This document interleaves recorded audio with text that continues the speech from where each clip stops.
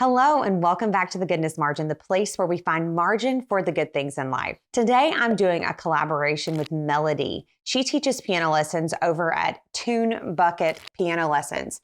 If you guys don't follow her on Instagram, you definitely need to do that. I will post her website and her links to her accounts below. So Melody does a great job of teaching piano lessons. She has several different courses. One of those is At Your Own Pace Piano Lessons, where you can go through and learn them at your own pace. Take all the time that you need or move as quickly as you want to. I highly recommend, if you're interested in learning to be a better piano player, definitely check her out. So one of the questions that she gets asked really often, and one of the situations that her piano students find themselves in, is trying to find the time to practice, finding the time to sit down and really become a better piano player. So how do we find the time to fit those things in? Sometimes those things seem like they're for us. They're not something we're doing for someone else.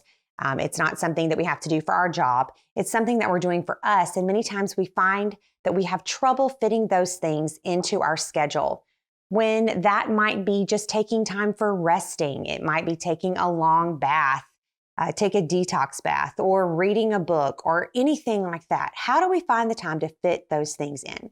So today I'm going to share with you a few tips to help you find time to fit these things into your schedule. We can substitute learning to play the piano for a variety of other things. So whether you're learning a new instrument, you need to practice something, whatever it is, these things will help you find the time to fit it into your schedule. Number one is to recognize the importance. Sometimes we diminish the importance of things that are just for us. This is not something I'm doing for someone else. This is just for me, so it's not as important. We cannot serve others if we aren't pouring from a full cup. So if this is something that is restful to you, you do need to prioritize it.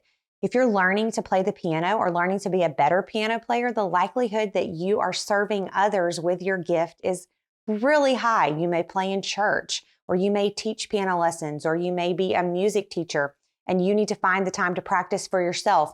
You really are serving others, and in order to pour from a full cup, we need to take the time to pour into ourselves. So realize the importance of what you're doing. The second tip is don't completely fill up your day. Many times we'll say, okay, on this day, I'm going to practice piano, but then we have all of these other really important tasks that we also put on that day. And so if something is going to end up falling off of that day, it likely will be the thing like practicing the piano, or like taking the time to read your favorite book, or taking the time to work on that school course that you're working on. So don't fill your day up. If this is something that's a priority, put it in a priority position and say, this is definitely something I want to do. I'm not going to make my day so full that there's no way I'm going to get all of the things done that I need to get done. Make it a priority, put it in your day, and be sure to make the time for it. The third tip is to create a goal and keep that goal in front of you.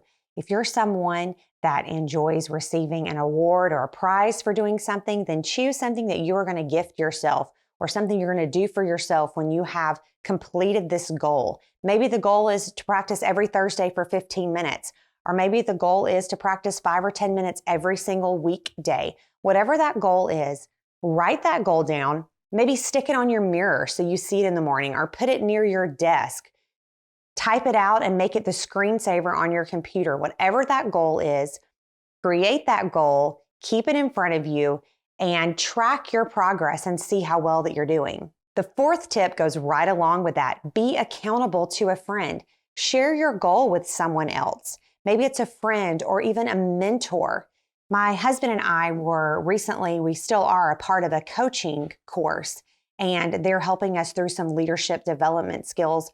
And one of the most important things that this has brought us is accountability, because we know that once a month we are meeting with these people. And so when we've discussed something the month before and we need to accomplish it, it's not just he and I sitting down and we're like, oh, we just didn't have time, and we excuse ourselves. We know that we are going to be accountable to someone else. And so we are definitely going to get that homework completed. So be accountable to someone else, a mentor or a friend, someone that knows what your goal is and that will check in with you. Maybe you could schedule a time set an alarm on your phone that once a week or once a month, you're going to check in and you're going to tell them how that you're progressing with your goal. Accountability is a really powerful tool. And then last but not least, set yourself up for success. Don't just say, I'm going to practice 15 minutes a day, or I'm going to practice 30 minutes on this day. Choose what you are going to do. What are you going to practice? You likely know where you're going to practice. There's probably only one place that your piano is, or you likely know what activity you're going to do. But exactly how are you going to do it? Set yourself up for success. Print out those worksheets that you need to do. Sit them on the piano. And that way, when it's time for you to do that, you're not saying, oh, you know what? I don't really have time to look up my lesson. I don't have time to do this. And so you excuse yourself.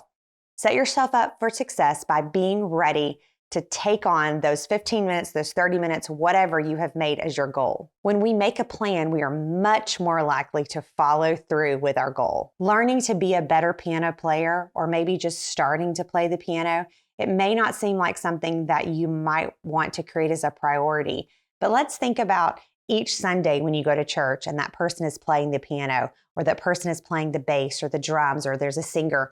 Aren't you so thankful that they have made that talent and gifting that God gave them a priority to better it? Because we get to enjoy worshiping with them and them leading us in worship each Sunday, and they have taken the time to better that skill. So it is really important, and it is important for you to take the time to better yourself. I hope that these tips help you to find the time to be able to do the thing that you have been putting off, and to find margin in your life for the good things. If you've enjoyed this video, I would love for you to subscribe to my channel, hit the bell, and you can be notified when the next video goes live.